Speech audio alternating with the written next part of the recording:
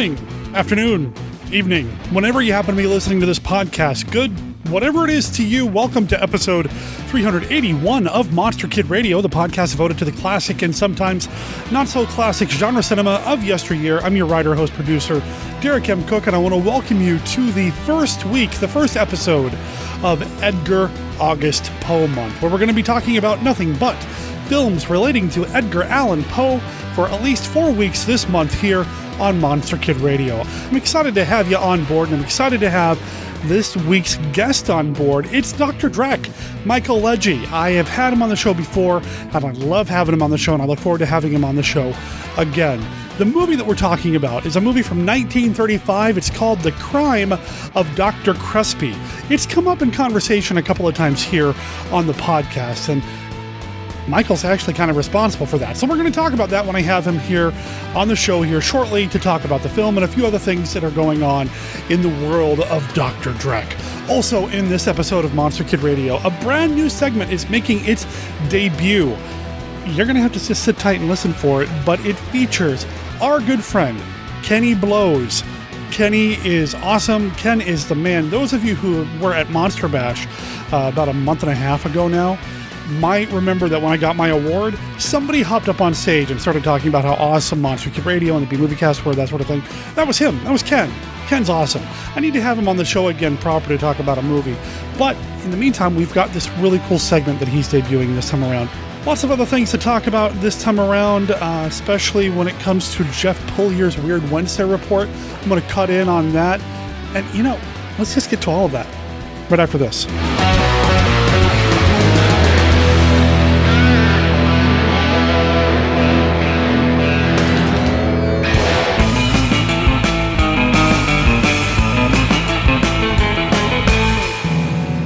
Freeze as you watch a warped scientist become transformed into a godless beast when his bloody scalpel probes the forbidden secrets of a woman's flesh. In Atom Age Vampire, you will flame to the stark ritual of a beautiful girl's last searing dance, as tragedy forever mars her loveliness, leaving her to face a world of terror. I give you my word that I will restore your face, restore all your beauty. You will cringe as the demented doctor experiments with a girl's trusting innocence.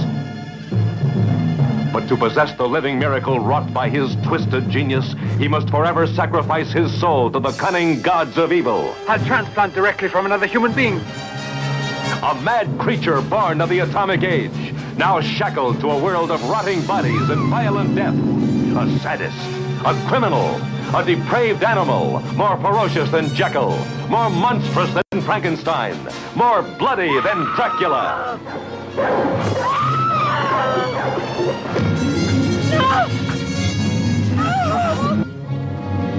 Fire a volley through the window pane. You will gasp as lust and madness stalk the dark and screaming night in Atom Age Vampire. I am Dr. Lee Cushing. Welcome to my Chamber of Horrors. Dr. Cushing's Chamber of Horrors is a serialized monster rally novel in the tradition of the classic Universal and Hammer horror films. It's written by Stephen D. Sullivan, the award-winning author of White Zombie, Daikaiju Attack, Manos, The Hands of Fate, and the original Chill role-playing game. My goal is to recreate the thrills of the Monster vs. Monster films that we all love. We'll have vampires, werewolves, mummies, psychic twins, and scheming madmen. And that's just in the first storyline. Now you can get Dr. Cushing's Chamber of Horrors and other monster stories sent directly to your email for as little as $1 a month. For just $2, you'll get all the chapters in advance, plus bonus stories and other perks. Sign up now at CushingHorrors.com or visit sdsullivan.com for a Patreon link. I do hope you've enjoyed your visit. Please come again, and remember, the chamber is always waiting for its next victim.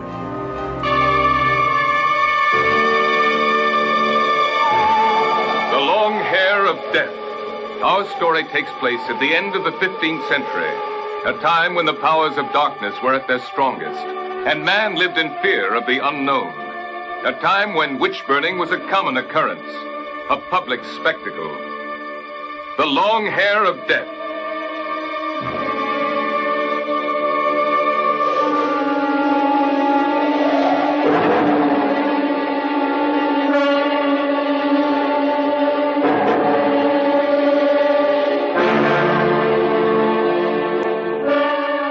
The Long Hair of Death, a film that will chill your spine and keep you gripped in your seat as you watch one of the most incredible stories of all time unfold before your eyes. You will see how the curse of a dying witch comes true as a village is ravaged by the plague and a man is hounded by his conscience and driven to commit one foul murder after another as he tries to satisfy his warped ambition.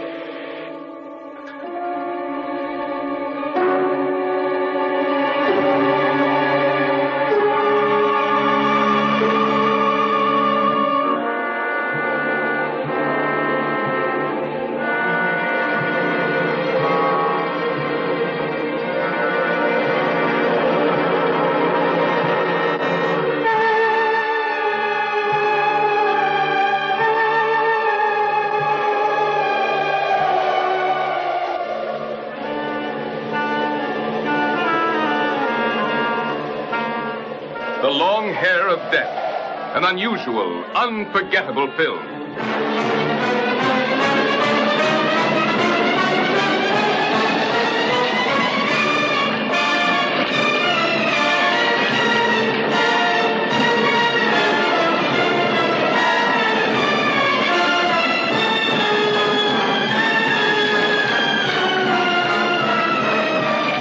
Do not miss The Long Hair of Death.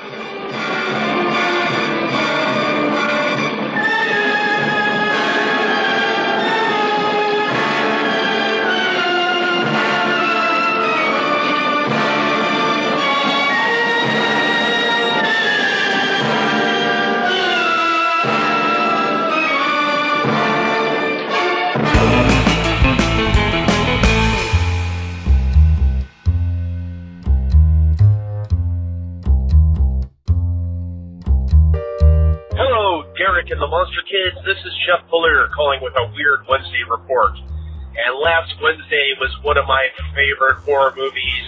It was La Noche de Valpojas, or the American title, Werewolf versus the Vampire Women. That's right, it is a Paul Naschy movie from 1971, where he plays the great werewolf Valdemar Daminsky. And, oh man, this is a movie I love. This may have been the first Naschy movie I saw a couple years ago, and what turned me into such a Naschy fan. In this movie, as Daminsky, he's living what he hopes is a secluded life in a castle. These two women students come to the area. They're looking into the history of the Countess Elizabeth Bethlery, who may have been a vampire. And turns out she was. And, oh man, it's just so good. It's directed by the great Leon Kavinsky. And I just don't have much more I can say about it with, it's just going to be superlative after superlative because I love this movie so much. I love the acting in it. Because it's a Daminsky movie, it's kind of a sequel to other movies, so it actually starts off with him being resurrected because I don't think I've seen one of these movies where he doesn't end up dead. So the first thing that happens is, they find a way to resurrect him, and then it jumps forward in time a little bit.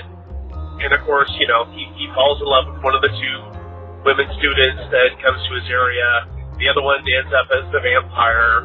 And as the title says, it is the werewolf versus the vampire women. So you get some actual fighting like that. Now, the Spanish title, La Noche de Valpurgis, I can understand why they didn't just translate that into English. It means the Night of Walpurgis, and Walpurgis is a German saint. No one in America would know who that is. Walpurgis night is April 30th to May 1st. It's that nighttime. That wouldn't mean anything to an American audience. The werewolf versus the vampire woman, exactly what it says on the tin. So anyway, it's in the public domain. Of course, it's Weird Wednesday. Most of those things are in public domain. So you can catch it on YouTube. You could probably catch it on Hulu or something like that. I highly recommend this movie. Tonight, this is Wednesday. Tonight, Creature from the Black Lagoon in 3D at the Joy Cinema. Okay, I am going to cut in right here. Actually, this episode is going out Wednesday night, Thursday morning, and I spent Wednesday evening at around 9:15 or so at the Joy Cinema, where I actually was able to get to the Weird Wednesday screening of Creature from the Black Lagoon. Man, that was a lot of fun.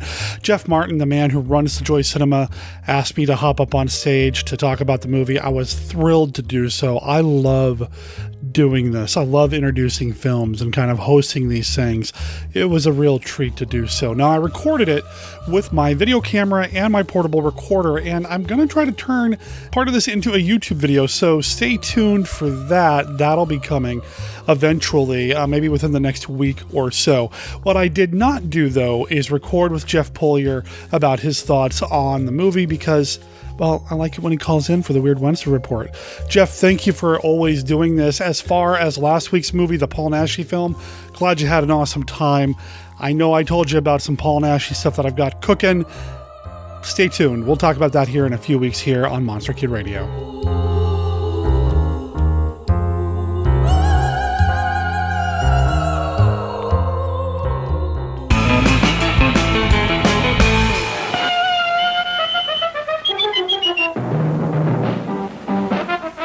How much Jack do you think's in that strong rock? There's plenty of Cuban sugar, though. Here's what happened. The general beat his friend Castro to the Cuban treasury. The strongbox is now on this boat. So are a deported American gangster and his moll. And lurking in the depths is the creature from the haunted sea. You're a crazy mixed-up kid. I am perfectly adjusted to my life of crime. Don't worry, Mary Bell. I'll save you.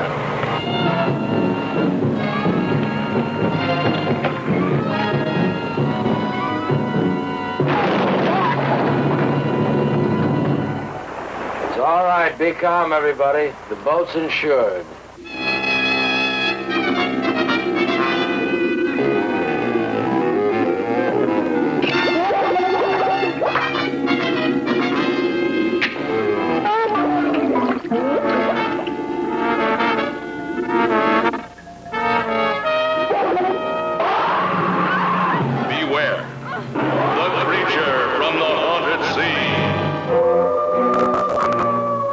Bigfoot is more than a legend. Something that walks upright like man is stalking our forests. Something is leaving huge, unexplainable footprints all over the face of our earth. The legend of McCullough's Mountain, filmed in color where it happened. The legend of McCullough's Mountain. They swear to God it's true. Rated G.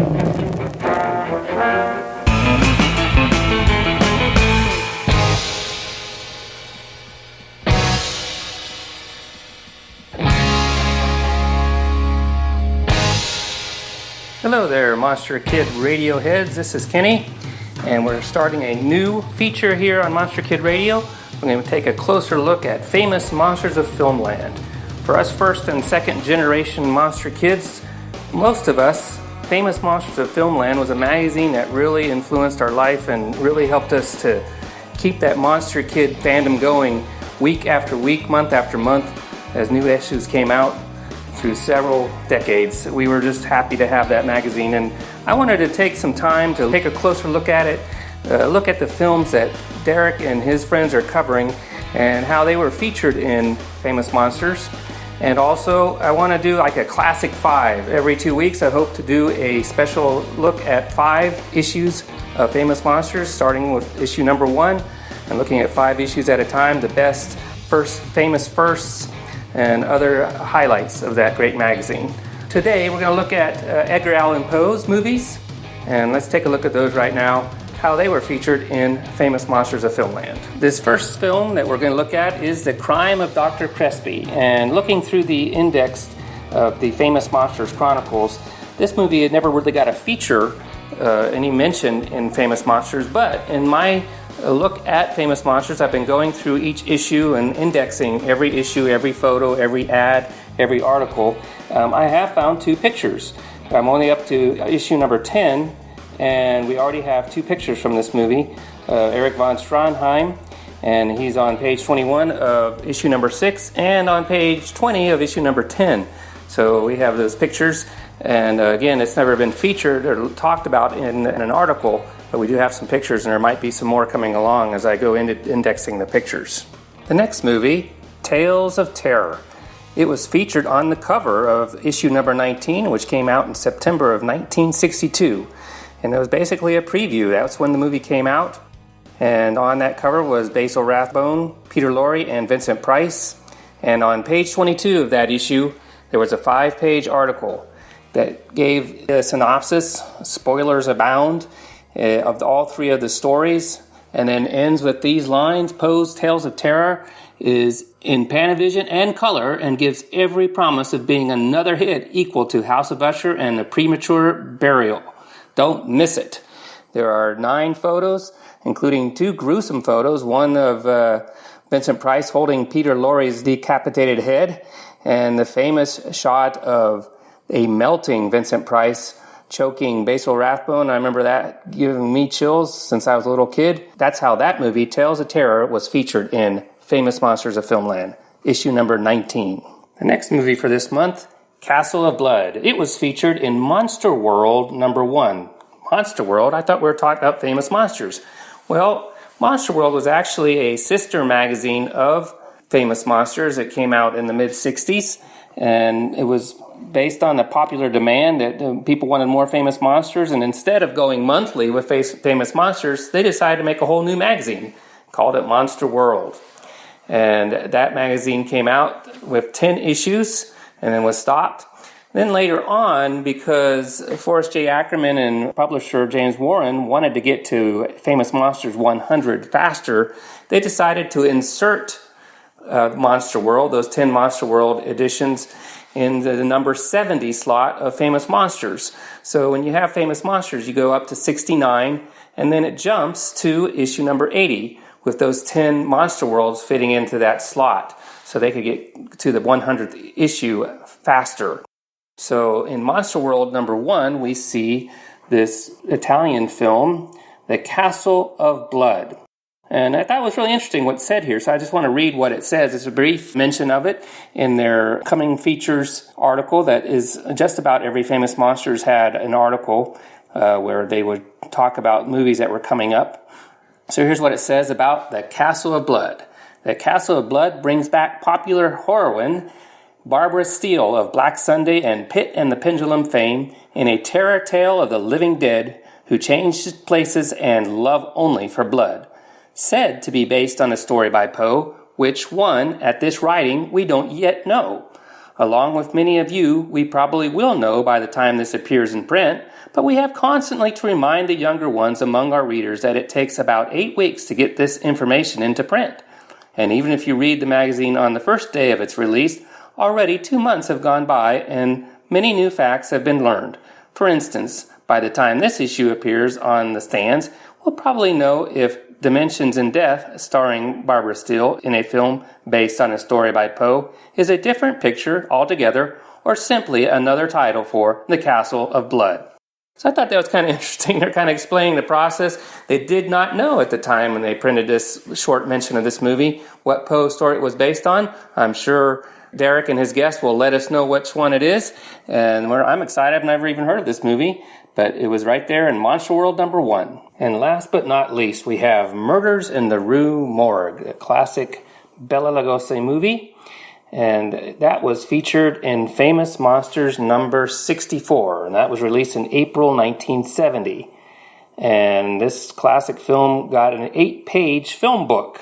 They called it a film book. And basically what it is the entire story, very detailed, even with parts of the dialogue transcribed, and giving a detailed look at the movie. And of course, it sounds like spoiler town, but in those days, it wasn't like you'd have that movie or be able to get it on a DVD or stream it or anything. You were lucky if it came on TV. And so for us, the monster kids of this generation, it was sometimes the only way that we knew anything about the movie, and we were happy to read about it with the pictures. There were 8 pictures included with this article, and it made it a lot of fun just to know what the movie was about and see the pictures. And if we did get a chance to see it in our childhood, it was the best. Even though we knew what the story was, it still scared us. And I was very, very frightened by this film when I was a kid, especially when the body falls in the fireplace. That was a horrible, nightmarish scene for me, but I loved every minute of it. So that's our look at the Edgar August Poe films that we are covering this month on Monster Kid Radio and how they appeared in Famous Monsters of Filmland. I hope you enjoy this feature. I hope to be doing more of these. Another thing I'd like to do, and I need your help, of course, is a little segments on Famous Monsters and you. I want to hear what your first Famous Monsters magazine was and how Famous Monsters influenced your life. So let's get together and share our memories of Famous Monsters. So this is Kenny signing off for Monster Kid Radio. Again, I hope you enjoyed it. Hope to hear from you. And take it away, Derek.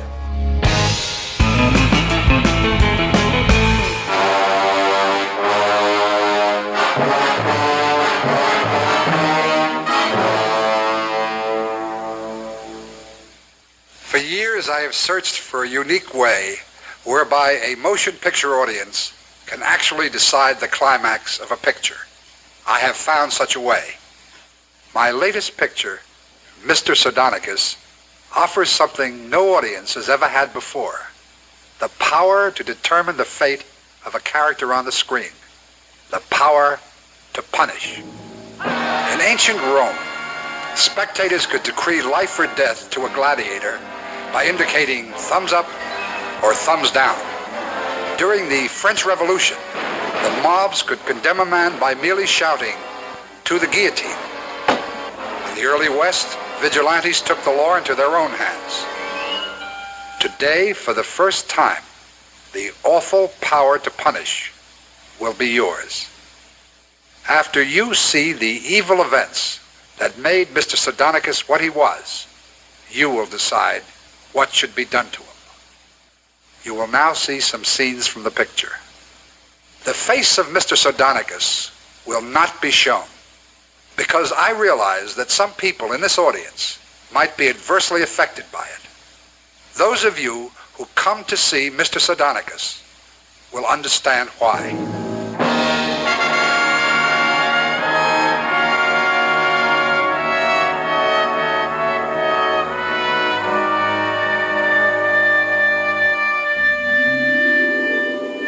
Mr. Sardonicus. What makes his name strike terror? Sardonicus? Why were you frightened? Sir, you would not understand. You are young. You do not yet have daughters. Why does his wife live in abject fear? If you do not heal him, he will punish me. Surely he wouldn't beat you. His cleverness knows a more hideous torture. What strange attraction did young women have for him? What secrets are hidden behind his doors?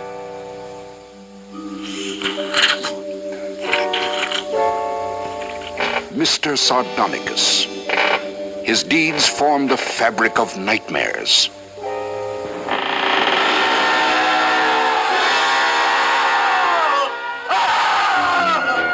His face, the face of Sardonicus, can be described only in the eyes of its beholders.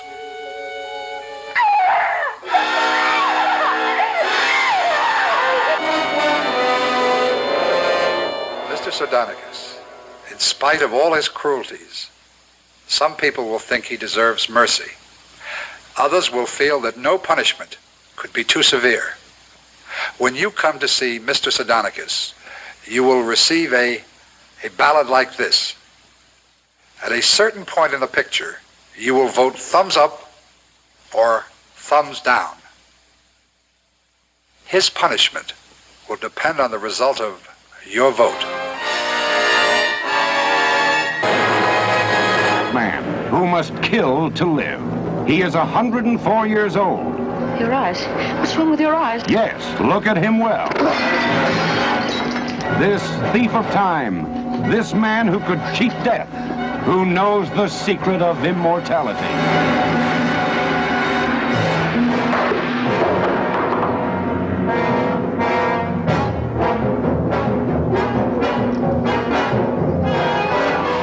I've been taking this fluid every 6 hours now.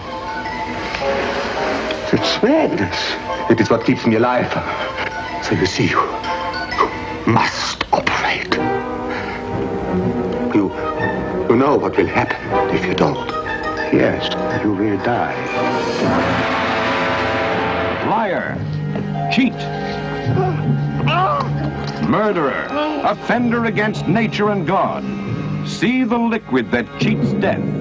See what he steals from the tissues of his victims so that he may never grow old and never die. No, don't do it. Anton Diffring is the man trapped by his own fearful invention. Hazel Court, the girl who knows his love, but not his shocking secret. George, I love you so much. Christopher Lee, the doctor who gleans the monstrous truth and must submit to blackmail to save the girl he loves. If you perform this operation and perform it successfully, I shall release her. If you don't perform this operation, or if anything should happen to me while you're operating, Janine will not be seen by you or anyone else again.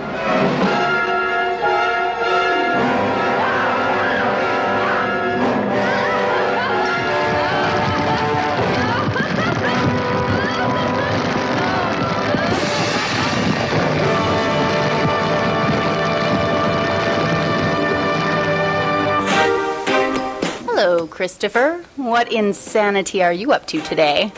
Oh, hey, Lydia. I'm downloading some movies. What? People are always telling me that's illegal. Not these. They're all public domain. Oh, look, Rescue from Gilligan's Island. Well, let me see what you're doing.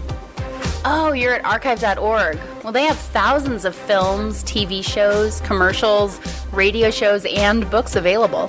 Yeah, but there are so many. I wish there was a podcast or something that would discuss these things. You know, give us an idea of what's worth the time. Christopher, there is. We do one. Oh, that's right. We host Orphan Entertainment. Once a month, we pick something and review and discuss it. That sure is nice of us. Sure. Well, why don't you click over to Orphan Entertainment and remind yourself a little more about the show? Oh, will do. Let's see, that's at orphanentertainment.com. And yeah, it looks like we're available on iTunes and Stitcher Radio. Oh, hey, can we review the Gilligan's Island movie someday? We'll see, Christopher. We'll see.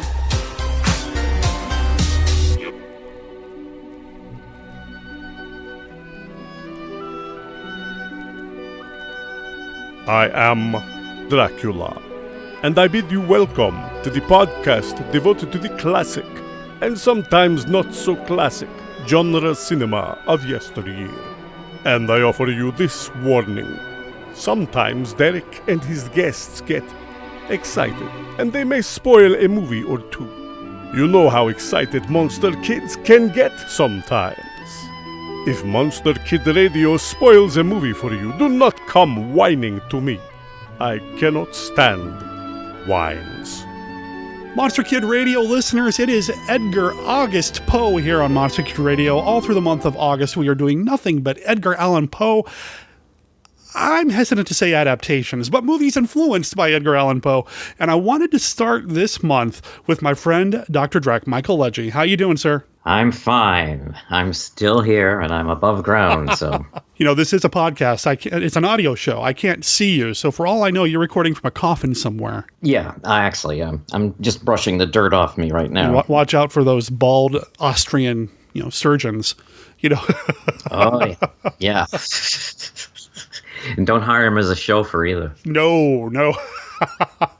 I'm so thrilled to have you on and to kick off the month with you, because the movie that we're talking about this time around is a movie that I never even heard of until you mentioned it years ago when I had you on the show for something else. The Crime of Dr. Crespi, which is a kind of sort of maybe adaptation of Premature Burial by Edgar Allan Poe. Kinda. Sort of. Maybe. Kinda. Just basically, you can boil it down to the two words of premature burial is about the only relation it has to the Poe story. Up to and including the fact that they misspell Edgar Allan Poe's name in the credits and in the title card. They spelled his middle name A-L-L-E-N, and it's actually A-N. Yeah. But it was such a cool film, and when you brought it up, I thought, okay, I need to add it to my list of movies that I need to see. But as any Monster Kid or movie fan, we've got that huge list and that huge stack of physical media and stuff in our to-watch list. I didn't know when I was going to get to it until one year at the Northwest Film Center here in Portland. I think it was White Zombie they were showing, and as part of that, they decided to play The Crime of Dr. Crespi, and I got really excited because I remember you talking about it. So I got to see it for the first time in a theater setting, and it may have even been a film print as opposed to a video projection. So it looked about as good as you're probably going to get these days. It was fantastic, and I fell in love with the movie. And I got to tell you, I thank you so much for putting that on my radar, because honestly, I don't know if I would have stuck around after White Zombie if I didn't know anything about it. So good. Yeah, it's one of those movies you just happen to come across and say, what's this? Right. And all I know is it's Erich von Stroheim. He must be bad. Right. So... But it's an unusual movie. Republic is the one that handled it. I'm not sure if they actually made it or they distributed it. It was shot in New York. Yeah. At the Biograph Studio. Which, is a studio that did a lot of silent films back in the day. I think Griffith worked for them and a whole bunch of others. To have it shot there, maybe that's part of the reason why it's not as well known. It didn't come out of the Hollywood. I don't know. I don't know either, but one of the things that occurred to me was that the nominal hero in it is Dwight Frye, good old Dwight Frye. And since they were in New York, it makes me wonder if he was doing a play at the same time that they were shooting that. He did a lot of stage work, and I would love to have seen some of his stage work, because he's just a phenomenal actor, and unfortunately unfortunately for him, I guess, fortunately for us, because we get to see him in our monster movies, but he ended up getting kind of typecast and stuck in these monster roles, and my understanding is that he wasn't overly excited about that. No. I can understand that as an actor. And he was known, I guess, primarily on stage for comedy roles, and you can see that in some of his monster roles, like Fritz. Oh, yeah. That he had a comedic touch. I always would have loved to have seen him in a out-and-out comedy with him in it. He looks like he's kind of built for comedy. Like, he's got the face for it. He's got, like, the body type. He could probably do a little bit of physical comedy, but mostly seems kind of like a witty guy. I would have loved to have seen that. In Bride of Frankenstein, too, is Carl. I think Carl is funny. Oh, yeah. Oh, he's great. It was a nice, fresh one. He always played, he made his characters so, I'm not going to say likable, because Fritz is pretty despicable, but they felt real. They felt like somebody that belonged there. So many times with especially the earlier ones, I feel like Universal might have like a little subplot with like a random couple that turns up, like in The Black Cat, that just doesn't really have anything doesn't really need to be there, just kind of there. Mm-hmm. David Manners played a lot of characters like that. Yeah. But I felt like Dwight belonged in those movies because he made them belong. He was just such a good actor. Yeah, if you don't know him, and you put up, let's say, 3 pictures of him as Fritz, Renfield, and Carl, you wouldn't even know it was the same person because he looks so different in all those roles. Right. Yeah, just physically, he transformed himself. Yeah. And I love his work in Dracula so much because of the 3 that you just mentioned, he has an arc. It's a depressing arc. It's sad, what happens to him. But he starts as one character, and he does have a journey that he goes through. With the other 2, he's kind of just the same guy. That's still fine. He's great. But as a Renfield, man, you really feel for him. Yeah. I think one of the ironies of his life was probably one of the last movies he did was Dead Men Walk with George Zucco, and his character is a combination of Fritz and Renfield, really. I hadn't really thought about that, but you're right. Yeah. Huh. He's a hunchback, and he talks and acts like Renfield. So it's a 2-for-1 sale. I've seen that movie, but I don't think I've seen it since I've talked about it here on the show years ago. I guess I'll have to put that on the to-watch list again. Yeah. It's just kind of ironic and sad at the same time. Yeah. This film, though, is where he got his highest billing. Yeah, and I can't think of any other movie where you could even think of him as the good guy or the hero. And even in this, he's not quite the average type of hero. He's the one that kind of unearths the plot that Stroheim had come up with. No pun intended. Huh? Yeah. Huh? Yeah. Well, he gets himself locked in a closet for all of his trouble, but he was just somebody that could, I think, play most anything if he was given the chance. He just had that type of personality from what I could see.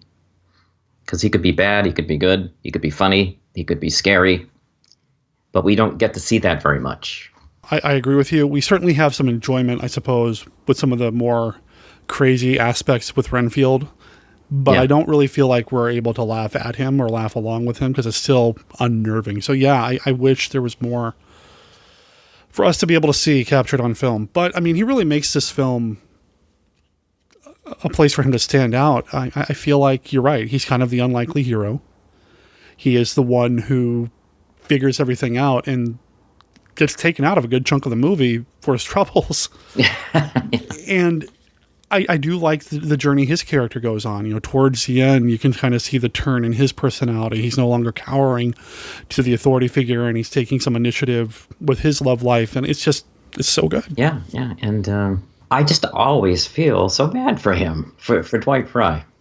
There's just some people that, you know, you wish you could go in and get in a time machine and go in and fix their lives somehow. You know, I wish that too with Lon Chaney Jr. And, you know, I go back to him and say, lay off the bottle, Lon. You'll do a lot better if you lay off the bottle.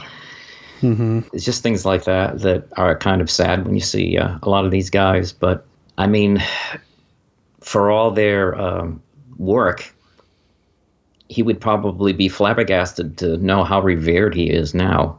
I would think so, too. He's an icon, really. He really is. I mean, I know that the mainstream crowd associates the hunchback assistant for Frankenstein with Igor. But yeah, Fritz was the hunchback. Fritz was the guy. He's the one that set the mold, and it wouldn't have been set the way that it was if not for Dwight Frye. And he is definitely, like you said, he's an icon. He's an essential part of monster movie dumb. Without him, I think it'd be a little different. The landscape would be a little bit different. Yeah, I mean, Dracula, the movie wouldn't be nearly as good if he wasn't in it. I mean, Renfield is our entry point. He's our audience participatory character at the beginning of the movie. The things that happen to Renfield happen to us because of Dwight Frye.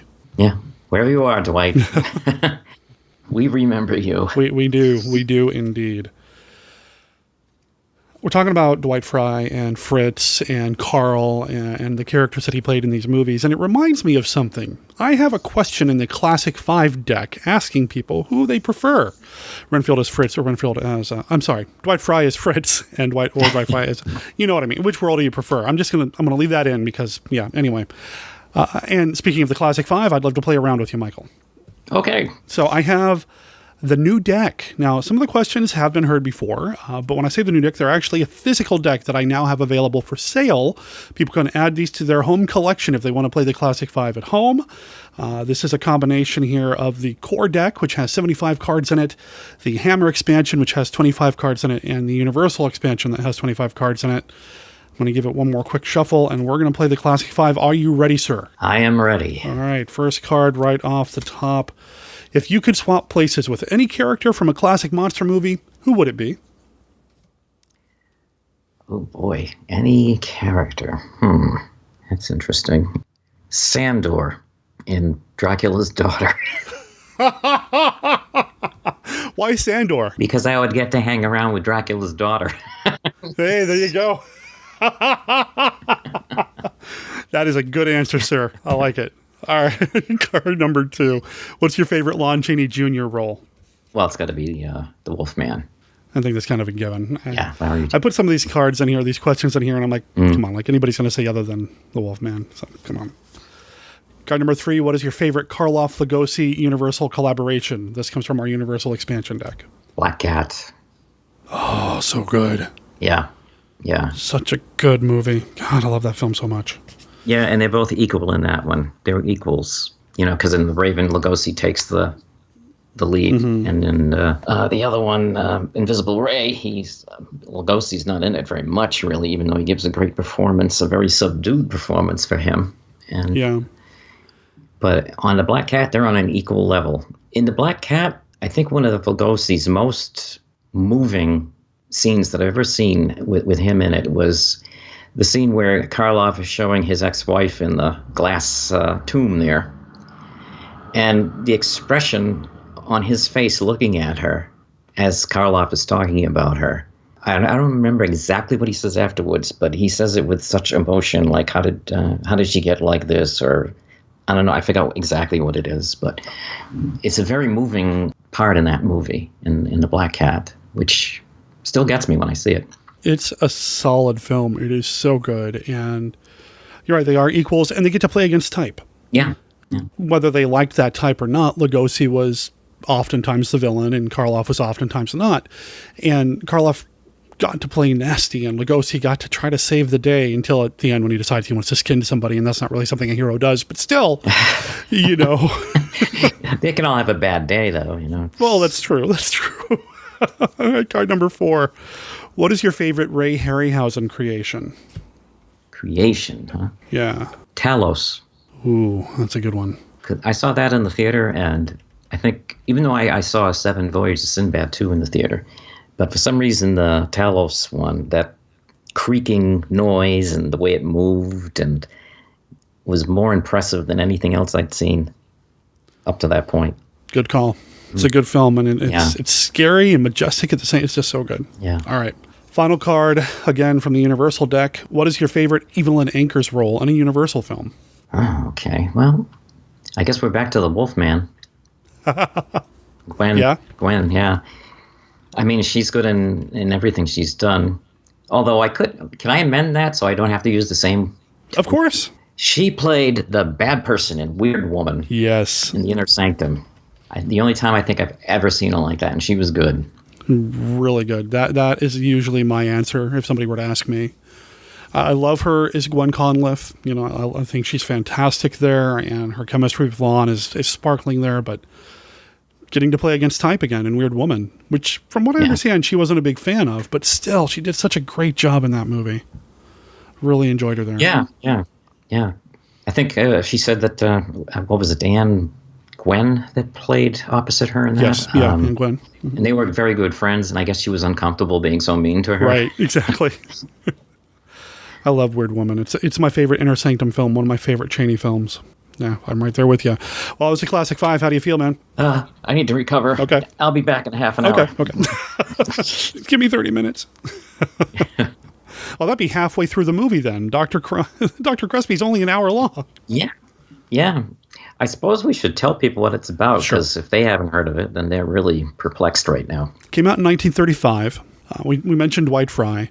Erich von Stroheim, who is mostly known, I think, as a director that gave into his excesses quite a bit and would get fired a couple of times for going over budget, keeping people on set, working 20 hours straight. I mean, he was a perfectionist, man. Yeah, he was, I guess, like the stereotypical director with a writing crop, practically. Yeah. And you can tell that in this film, too, because he even acts like that here, and right down to the bending at the waist to kind of, salute somebody or whatever. Stiff, cold, stony, all those words apply to him. Mm-hmm. And from something that I read somewhere, referred to him as being somebody who plays his cigarettes like they're a musical instrument, because he is puffing away left and right in this, and spitting that smoke all over. Yeah. I'm surprised it didn't come out of his ears. Would have been a different kind of movie then. Yeah. The movie, like we said, it kind of has some inspiration coming from The Premature Burial, which, again, really, there's a premature burial, and that's about it, which seems to be what happens to Edgar Allan Poe properties in Hollywood around this time or even elsewhere. Well, I've read the actual story, and strangely enough, Corman's premature burial resembles it more than this does. Oh, yeah. The original story is the narrator first just talks about like 4 different instances of people that were buried alive, and that he has catalepsy and he was scared to death of being buried alive. He did all the stuff that Ray Milland did in the Corman movie of rigging up his tomb so that all these various ways he could get out if they buried him alive. Mm-hmm. And then he wakes up one day and he finds himself in the dark and it smells like earth, and there's just above him is like this wood right above him 6 inches, and he freaks out because he thinks he's been buried alive. And what it is that he's on a ship and he's in the bunks. It's pitch black during the night and it smells of earth, the ship. Mm-hmm. So he thought he was buried alive, but he was really just on a ship. And after that, it's kind of a weird upbeat Poe ending. He decides that he's not going to spend the rest of his life worrying about being buried alive. He's going to live his life to the fullest. Are you sure that was Poe at that point? Cause that's Poe. Yep. Not really what you expected. I know. Isn't when I read it, I said, "Wow, that's Poe with an upbeat ending, kind of like a life affirming." Okay. Yeah, very strange, but. There's really, I mean, the only resemblance, of course, is what Stroheim does to the guy he's jealous of, the Dr. Ross, I believe his name was. Correct, yeah. So Dr. Crespi is the head surgeon. He is a very well-known surgeon, very skilled, best in his field, doesn't know about the dangers of smoking, but still, he's kind of, he is the man when it comes to this kind of thing. And he is called in to... Well, he's kind of coerced into helping Dr. Ross, who was in an accident, and according to the newspaper, his car turtled on the road somewhere, and because the car turned upside down, and the guy needed surgery, and his Wikipedia calls him the girlfriend, but I thought they were married in the film. Yeah. Dr. Ross and Estelle. They're married, yeah. Estelle wants Dr. Crespi to help, and they try to get Dr. Crespi involved, but for some reason he doesn't want anything to do with it. Tell her I'm not in. I'm not available right now. There's nothing I can do, until Estelle actually shows up at his office, and then he has no choice but to agree to take the case. Well, it doesn't go so well for Dr. Ross at that point. Yes, Dr. Crespi has this handy-dandy little formula that he uses to inject the patient and to make him appear dead. And they pronounce him dead. They bring him to the morgue. And in one of the best scenes of the movie, he goes down there at night while Dr. Ross is coming out of the drug-induced haze, and he gloats over him for about 3 hours. I mean, all these dynamic, frightening close-ups of Stroheim just oozing malevolence and telling Dr. Ross how exquisite it's going to be for him to be buried alive and suffocating and trapped and nothing he can do about it. But it's shot so eerily that you don't mind that he's just going on and on about it being undiscovered. But that is the only premature burial aspect of it, is that the poor guy does get actually buried, but he's in this sort of semi-coma state that Crespi's put him in. Now, we do learn that Crespi has been very angry with Dr. Ross for years, because Crespi and Estelle, he wanted to have a relationship with her, but Estelle ended up choosing Dr. Ross, and he's had this angry jealousy going on for years ever since. And this is him taking his revenge on Dr. Ross. Yeah, he really knows how to carry a grudge. Yeah, I mean, how long had it been at this point? Yeah. Well, the thing about, well, not just B movies, but I think all movies, in a way, you could say that if every character in a B movie or any movie acted rationally, it would all be over in 10 minutes. I watched a number of movies this weekend, and some classic films, some classic B movies, some modern movies with my wife. And I kept thinking, if you had just turned left instead of right, because that's what everybody else would do, this problem that you're finding yourself in would not have happened. Right. It'd be a boring movie, but yeah, it would be a fast movie. It would be very fast. I mean, most of these horror stories happen because a character made the wrong decision somewhere along the line, right. or even right before the film started, and we're seeing the consequences of those wrong decisions. So I get it for the drama, but yeah. But I think you could apply that to just about any movie, not just B movies. Yeah, that's true. That's true. When you think about it, Mm-hmm. I mean, when you look at this particular one, when Dr. Crespi knows that he's going to, bump off his rival, he writes out the death certificate ahead of time, with the time of death. And then when Dwight Frye, who plays Dr. Thomas, comes in and asks him, will you make out the death certificate? Stroheim in front of him just pulls it out and gives it to him all prepared. Like, boy, that's a giveaway, isn't it? He knew he was going to die at 6:15. Especially since at the beginning of the film, the first time we see Dr. Thomas, Dwight Frye's character, it's him coming in to ask Dr. Crespi to prepare a death certificate for him. And he's not 100% sure about when the time of death was, and Dr. Crespi is like, we have to be precise. We can't just say around 3:45. When it just really lays into him about how exact it has to be. So to have a prepared death certificate in advance, not exactly, Boy, he's a really good doctor, huh? Yeah. He's very precise. He's pre-precise. And then, of course, poor Dwight goes in and accuses him of all that just so he can get locked in a closet, beat up and locked in a closet for a while, when he probably should have just gone to the police. But then again, that would be the rational thing to do. Right. And then Dr. Crespi unties him later and just says, don't say anything about this and you'll be okay. Right. Like he's going to do that, Right. Nobody's going to believe you, so meh. Yeah, it's like, Dr. Crespi has already shown that he's willing to leave somebody in a state of perpetual almost death, but he's going to let Dr. Thomas just walk around. Yeah. No big deal. Oh, well, that's the way it goes. Yeah. The other good scene in this is really shot well and kind of stands out from the rest of the movie is where we see the premature burial. There's a couple of shots that remind me of the other movie Vampire by Carl Dreyer, of the point of view looking up at the trees going by. When they throw the earth on the coffin, it's from the POV of the coffin, and the dirt obscures the camera lens, and all that sort of thing. Which is really cool to see in a movie in 1935 in particular, because at this point, there are some great camera movement things happening in a lot of movies, but not to this extent. I feel like it's a pretty unique POV for something like this. Yeah. And the very fast cutting, too, as that scene is wrapping up and the bells are ringing. We cut to Dr. Crespi, we cut to Estelle, we cut to the pastor or the father or whatever, and they just keep back and back, and it just continues to speed up and speed up and speed up. It's like the sense of panic that we're getting communicated to us through the editing, and it's really good. It's very well thought out.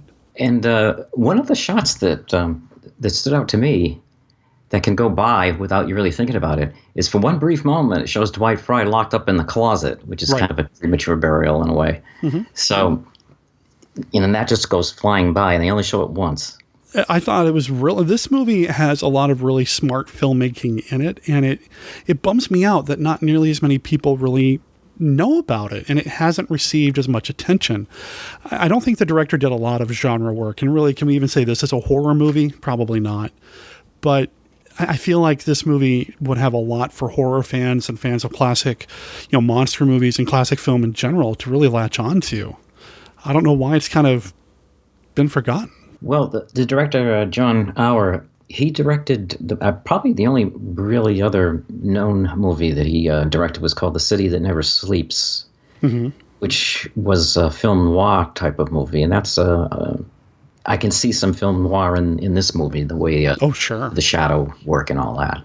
I agree with you. The way the shadows looked, and a little disappointed that the transfers that are available for home viewing aren't as crisp. But when I saw it in the theater, I was quite taken by the cinematography and the way things were lit, and even the production design, which really, from what I understand, most of the set was kind of stuff from a play from the theater. Yeah. But even the way they designed everything, and they placed like the placards in the hallway that the doctor comes walking out, down towards the end, and we've got the nurse facing us saying, "Boy, I sure wish something exciting would happen around here." And here comes this guy that they thought was dead walking up behind her.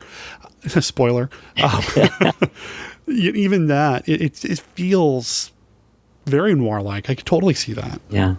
That scene was eerie because he was like a zombie. He looked like a zombie coming down the corridor behind the nurse. But I couldn't help but wonder, how did he get away from Dwight and the other guy? I mean, They just let him go, or I never could figure that out. All the way back to him rising off the table, very zombie-like. And maybe that's why the Northwest Film Center decided to pair this with White Zombie. Yeah, that was the link. Because I never understood the connection, but maybe that's it. Yeah. He went for a little walk. Yeah. I would like to know more about John Auer. I'm looking at his credits and the films that he was involved with. I don't know anything about these movies. I knew about The City That Never Sleeps, but I'm real curious to learn more about some of these movies. Again, add them to the list. Thunderbird sounds really interesting. Looks like it's a war thriller kind of movie. Just a handful of them. The Flame has a great title, if nothing else. Yeah. So I'd like to see some of these movies. Yeah, he probably did a lot of TV too, I would imagine. Sure. Well, didn't they all? Yeah. Eventually. Yeah. From that time. Had to keep working.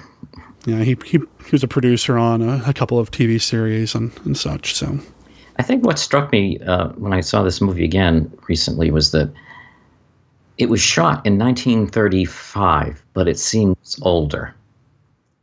Because you think of The Bride of Frankenstein as the same year. Huh. And I don't know, maybe because it's public domain prints, I don't know, and there's no music at all in it. Yeah, at the very, very end, we get just a touch of music, but yeah, there's really no score. Yeah, and the other thing is that some of the things that they do, they take their sweet time doing. Like Dr. Crespi has his coat changed in the office, and they just go through it, the whole thing, you know, and very slowly. And there's another time where he's sitting at his desk writing out something for what seems like a long time. And just in silence, you know, it's just kind of strange that they didn't try to speed up those sequences.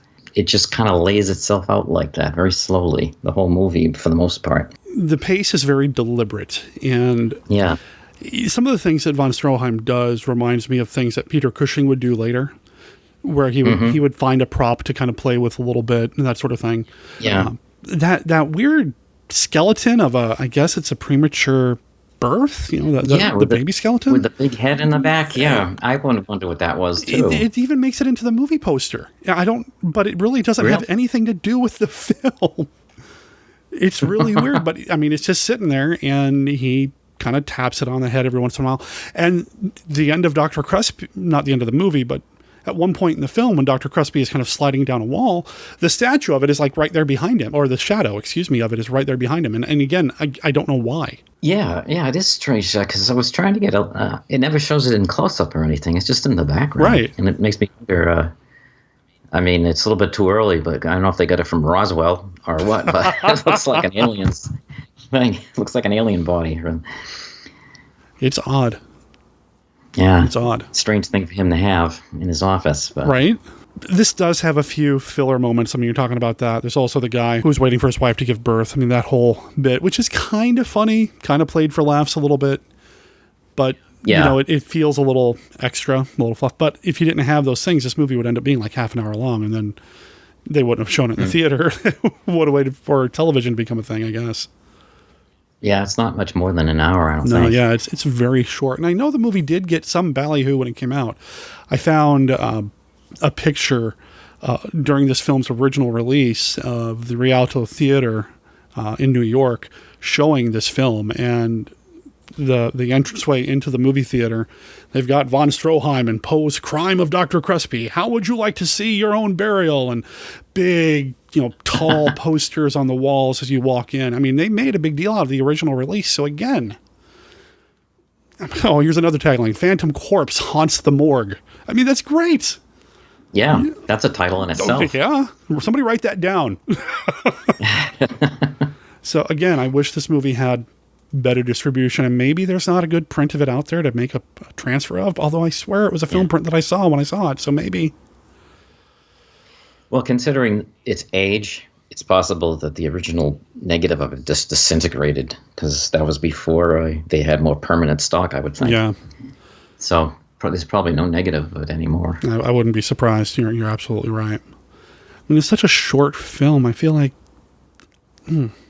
See, this is why I'm glad there's horror hosts like you that are willing to or wanting to kind of go beyond the 50 or 60 movies that, and this isn't a dig or a knock against anybody, but there's 50 or 60 movies that horror hosts play a lot because, they're in the public domain. They're easy to get your hands on if you buy a Mill Creek set or go to archive.org. So when somebody like you kind of goes out of their way to find these little nuggets out there and bring them to our attention, man, it's just great. I mean, you're doing the work, man. Well, I'm like I've said many times, I've been inspired so much by the Forgotten Horrors series of books, because I wouldn't have myself been aware of a lot of these movies unless I had those books. And then the trick is to find them, such as Double Door. Did you get to see that yet? I haven't watched it yet. It is on my list, again, the infamous list, but Double Door is actually up for a rally nomination, so I probably ought to watch it. The Forgotten Horrors books are amazing. We actually had you on the show. We were talking earlier, when was the last time we had you on the show before I started recording, and it was when we had you on with Michael H. Price of the Forgotten Horrors book series, and that was back in episode 354 of MKR, which is towards the end of January of this year. So it's been quite a while, but go back and check out that episode to learn a little bit more about the Forgotten Horrors series. They're pretty solid. Yeah, really, by really all good means, books. yeah. Really, really good books. And the Forgotten Horrors podcast, I mean, they do that just in audio form. They find a movie and really kind of break it down. So, speaking of the subject, and dare I say, apropos of nothing. Oh. When I was looking at Van Stroheim in the movie, all I could think of is he'd make a great Mr. Freeze. That would be great. God, he would have never done it, but that would have been great. I can't imagine he'd ever do anything like that, but just because of, yeah. But wow, that would have been great. Now, there's another bizarre movie that he was in, even earlier than this, called The Great Gabo. I don't know if you've ever heard of that. It's one of those scary ventriloquist dummy movies. Are you serious? I think you can probably find it easily enough on the archive. Maybe I think it's like 1929 or something like that. And it's partly a musical, which makes it really strange because he's a stage performer. So unfortunately, we get saddled with these kind of silly old full-scale musical numbers on stage. But it's one of those things where the dummy is like, taking him over, or it's like a separate personality and he's crazy, which he's good at. But it's a very, very strange movie. So I've got the internet here in front of me, and I just did some digging. The Great Gabo came out in 1929. Yeah. And if you just type in The Great Gabo and do an image search, there are images of von Stroheim with this ventriloquist dummy that is missing an eye in several shots for some reason, sitting on his lap and kind of looking around a corner while a cigarette dangles out of von Stroheim's. Just wow. Yeah. It is this looks very really strange odd. Movie. Yeah. Hey, he got top billing, so My point of view, it would have been much improved if you could just edit out the musical numbers, because the film kind of stops dead whenever you get to them. But for 1929, it's a musical, huh? Wow. So a sound film. Yep. Well, they shot The Coconuts, the Marx Brothers, in 1929. Oh, that's true, I guess. And that was in New York, too, because the Marx Brothers were performing Animal Crackers at night and filming The Coconuts in the daytime. Interesting. Which, when you're a working actor, that's what you do. I know Lugosi did that, too. Yeah. He would do stage work during the day and shoot at night, or vice versa. I've been reading a lot of Gary Rhodes' Lugosi books and talk about how he would do that. He'd go across town and do a rehearsal and then go across town again and shoot for a little bit and back and forth. And that, to me, I mean, I would have a hard enough time remembering the lines for one project. Trying to remember what you need to do for the next, but I mean, this is their job, so I get it. But still, it's pretty impressive. Yeah, and exhausting. Yeah. Well, it looks like The Great Gabo is... Oh, Kino put it out. So it is available out there now. People can see it. I'll have to track it down. Yeah, add that to the list, too. I don't know what studio made that one, or if it was an independent. Pre-Code Film. Okay. James Cruise Productions, whoever that is who put it together. And it was distributed by Sono Art Worldwide Pictures. Again, don't know who that is either. James Cruise was a famous silent movie director. Okay. Yeah. And he was in an early version of Dr. Jekyll and Mr. Hyde as an actor. Oh, okay. Like the 1911 version or something, somewhere on in there. Oh. Yeah, in his day, he was something. See, this is... I'm going to be able to look at my list of movies to see, and I'll be able to look at it and tell you where in that to watch list I talk to you. Because, all the really obscure stuff or the stuff that I've never heard of at all, it's all going to be right there. Because now I want to see these James Cruise films or productions. I want to see, The Great Guy Bow. And if he did Jekyll and Hyde, is that a film that he did? Yeah, it was a short one. Was it a silent film? I'd love to see that if it's available out there somewhere. I'm not sure, but I think it's one where he played, it was two people. One played Jekyll, one played Hyde. Oh, really? Yeah. Okay.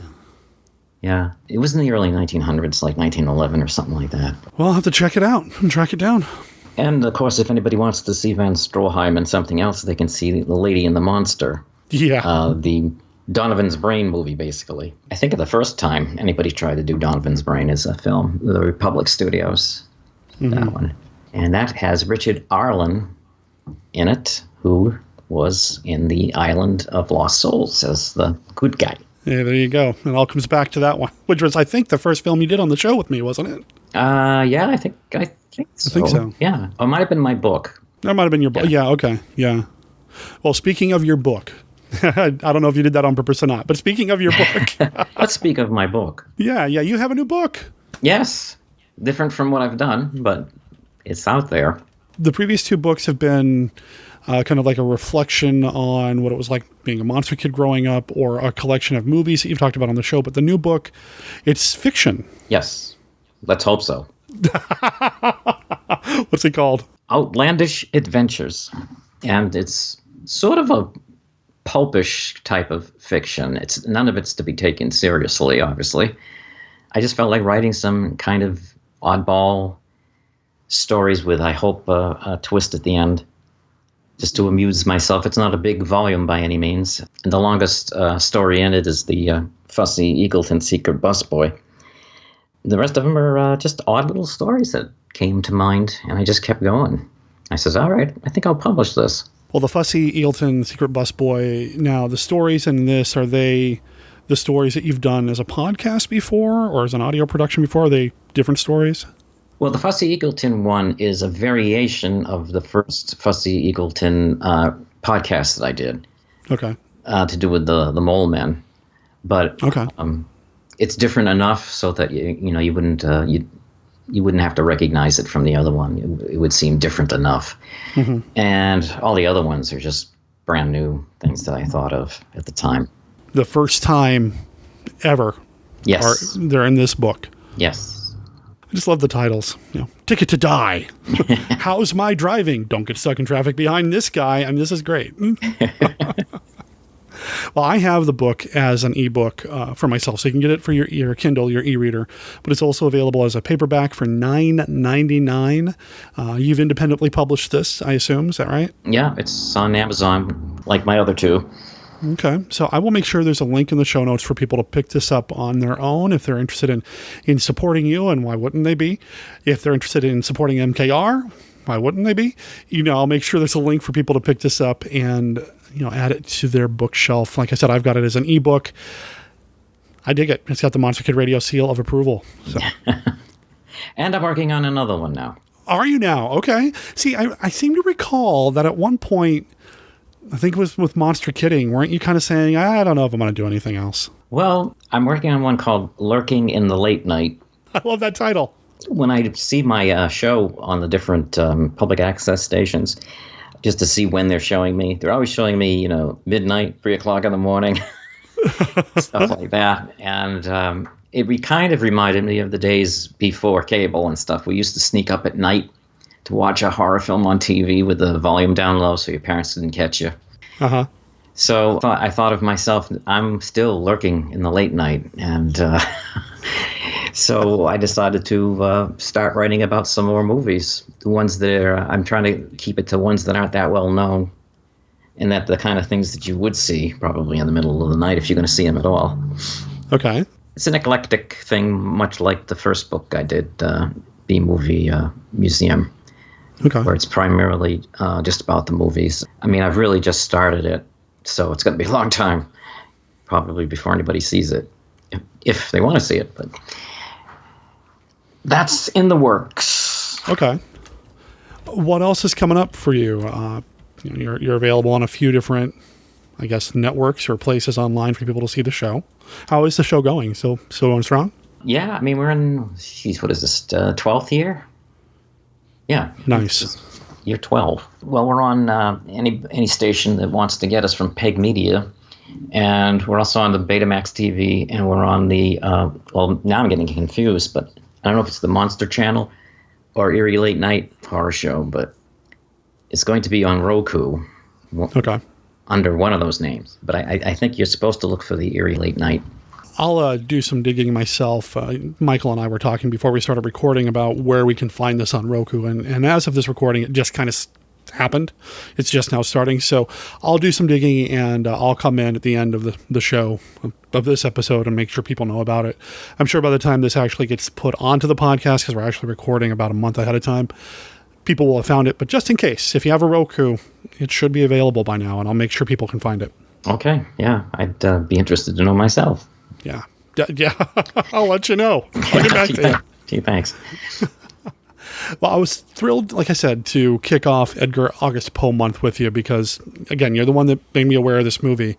And even though it does have a very deliberate pace and, the transfer is probably not as good as it could be, I still enjoy this movie a lot. I love Dwight Frye in it. I think von Stroheim is great. The connections to Poe itself, pretty slim, but that's kind of what you get at this point in Hollywood history. And I mean, even now, really. Yeah. I don't know if there've really been some really solid Edgar Allan Poe adaptations out there that really ring true to the source material. Maybe the closest one is Corman's House of Usher. I guess pretty close. But like The Pit and the Pendulum is way off. Yeah, way off. Tales of Terror, which I'm covering later this month with Dr. Gangrene, kind of mixes and matches whatever's left over of Poe that hasn't, Corman didn't do at that point. Haunted Palace isn't even a Poe story. Yeah, I know, it's Lovecraft. Which, yeah. Usually if anybody can, tie their thing to a Poe story, they'll do it. There's another obscure movie that's not a horror film, really. It's called Manfish. With Lon Chaney Jr. With Lon Chaney and Victor Jory. And it's more of an adventure movie, but a murder movie too. But it only has a vague connection to The Telltale Heart and The Gold Bug. Right. That's one of those ones that's available on these 50 packs that you get from Mill Creek Media, or is it Mill Creek? Whatever, that set.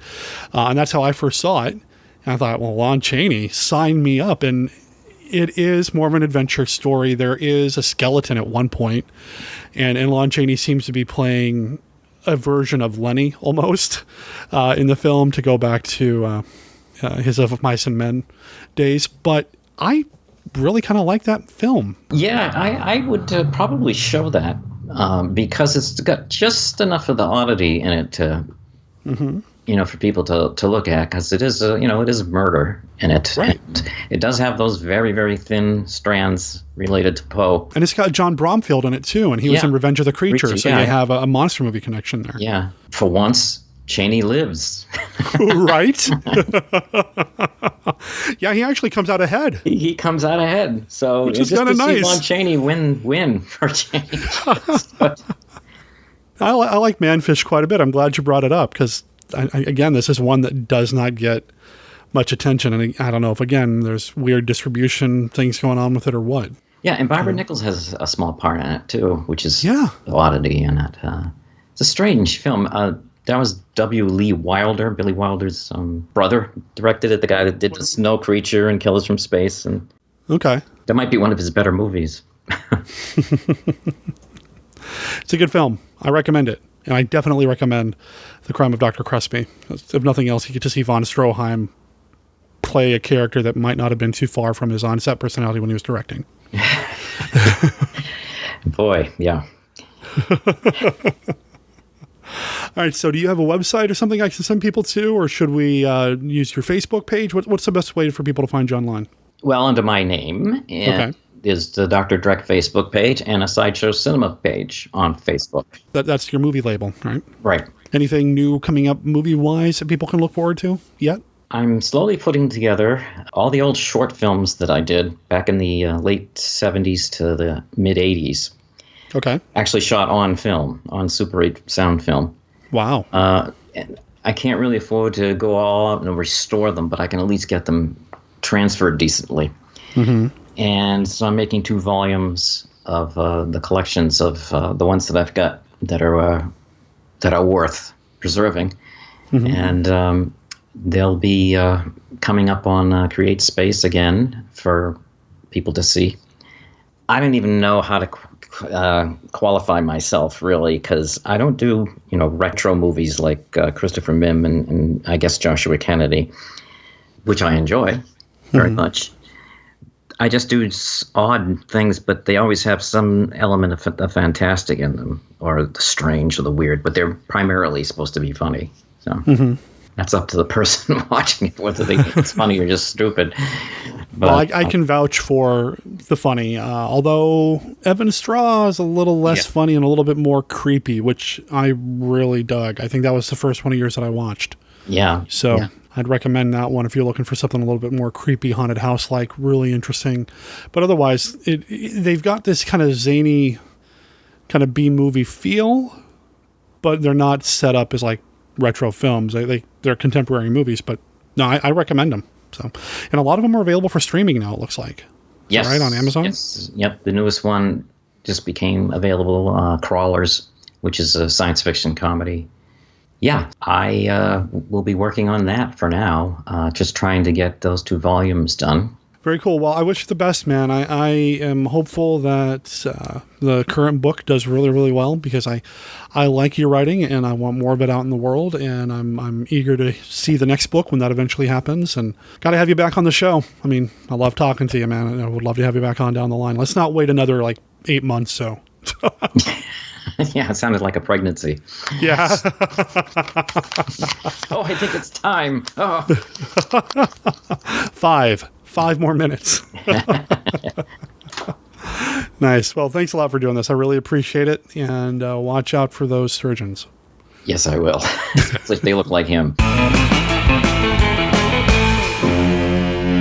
The legend of Frankenstein once again brings terror and nightmare to the screen in Lady Frankenstein. Joseph Cotton is Baron Frankenstein. But it's devil with his face. I don't care what he looks like. I want him to live. Sarah Bay is Lady Frankenstein. That is what they call your father's life's work, a monster, and they're right. They are not right. She's beautiful, she's evil, and she'll do anything for love. Would you like to have my body bend to you? Would you like to make love to me? She creates a new, more terrifying monster, and only the monster she creates can satisfy her strange desires. Using her beauty and her scalpel, she cuts deeply into men's hearts. Yes, you're right. Kill it. There has never been a movie like Lady Frankenstein. Rated R. Konga. Not since King Kong has the screen exploded with such mighty fury. Defying bullets, bombs, rockets, standing 100 feet tall, sending an entire civilization into panic. Konga. In color and spectramation.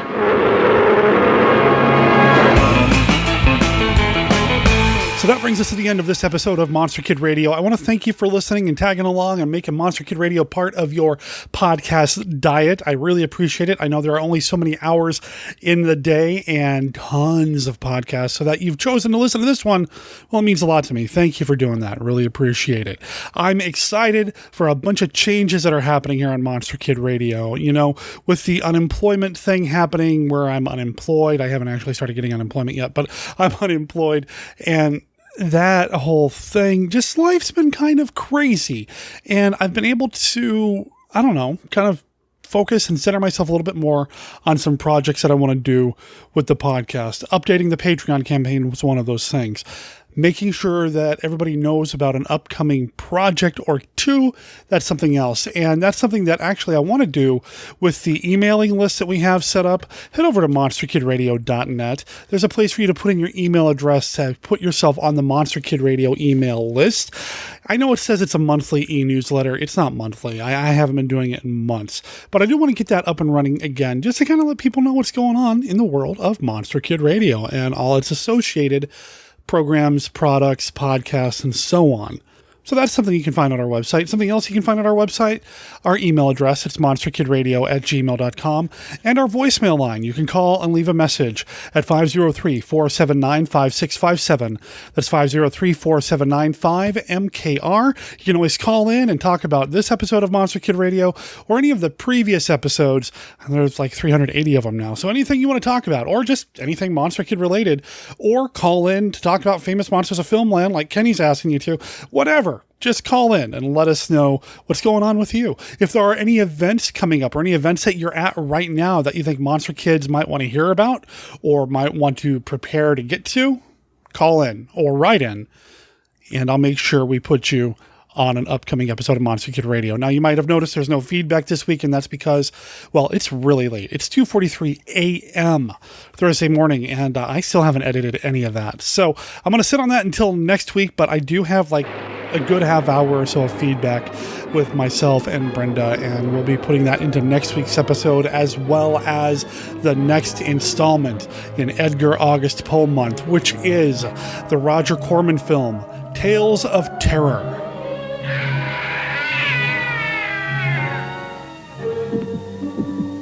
Every drop of blood feels the freezing paralysis of fear, almost stopping your heart, as Edgar Allan Poe unfolds his tales of terror.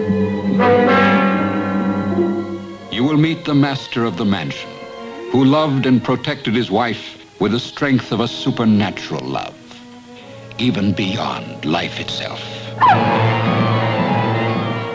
I am in command here. You will do as I say. I shall take what I desire. Your body and your soul if I demand it. Another! Help! Help!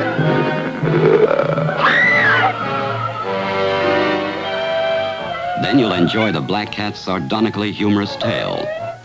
It all started at the Vintners Convention, where the lover of wine met the professional wine taster and introduced him to his wife, a darling who delighted in dalliance.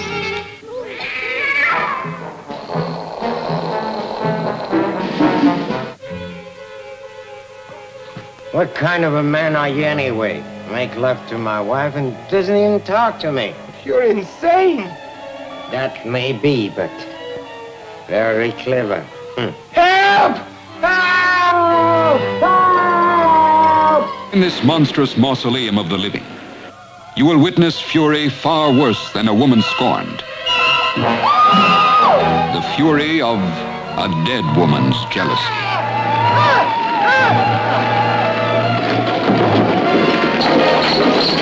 I like having multiple doctors in my life. It helps me feel horror host healthy.